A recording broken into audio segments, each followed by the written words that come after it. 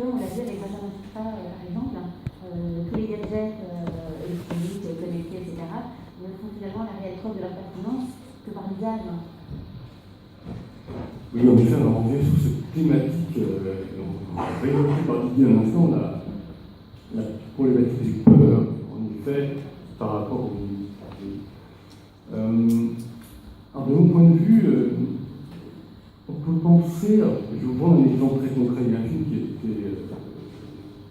primé, qui s'appelle Limitless, où on voit tout simplement un homme qui essaie une molécule qui va le rendre capable d'apprendre la finance internationale, d'apprendre les mathématiques, d'apprendre n'importe quelle langue à toute vitesse. Donc en fait, son cerveau est boosté à se booster lui-même. Bon. Et en fait, ce qui se passe, c'est qu'évidemment, il y a un grand moment dans le film où soudainement, quelqu'un a compris son astuce, a trouvé la molécule, lui casse le laboratoire où il avait réussi à reproduire la molécule, et finalement il dit maintenant, merci, c'est moi qui domine, parce que je suis le seul à produire la molécule. Justement, le héros dit, mais j'ai plus besoin de la molécule. Mon cerveau, là, synthétise. Voilà, c'est ça qui paraît intéressant, c'est de se dire qu'il y a énormément de possibilités qu'on ne connaît pas dans Sapiens, parce qu'on ne s'est pas flanqué près de radar en disant j'ai peur, on a l'adrénaline, on va dire. Et bien, quand on se met devant le danger, c'est là qu'on a beaucoup de possibilités qui apparaissent, à nous d'être très conscients de nous-mêmes en instant présent, en Nietzsche, et se dire là, je capture ces possibilités et je les développe. Et de ce fait, ce qui paraît intéressant, c'est de se dire que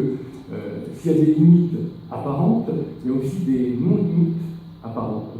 inapparentes. Ce qui est intéressant, c'est peut-être de les explorer en termes, je vous disais tout à l'heure, de neurogénétique, mais aussi de neurocognitique, c'est-à-dire, c'est mon domaine de recherche, se dire si je connecte, par exemple, la prise de conscience que je peux avoir, je suis là, j'ai telle ou telle posture, j'ai mon stylo, je suis comme ça, j'écoute l'orateur qui parle tout de suite, qu'est-ce qui se passe en moi, une idée, bon, j'observe ceci, j'observe cela. Le fait d'observer ceci, d'observer cela et d'être attentif à ce qui s'observe en moi, me donne une capacité nouvelle à neurofonctionner qui est extrêmement intéressante parce qu'elle est la base d'un mode de fonctionnement où je prends conscience de la machine. Donc je me mets en capacité, si jamais demain on me propose, je le propose aussi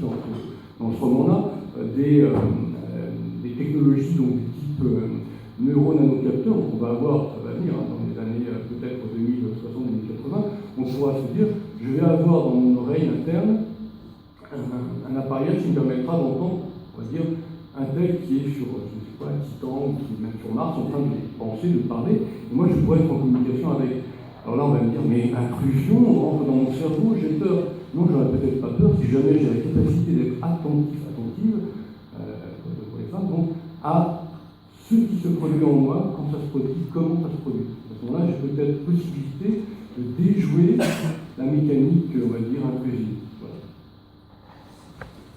Alors après ce petit voyage un petit peu ésotérique, je vous propose de revenir à des préoccupations beaucoup plus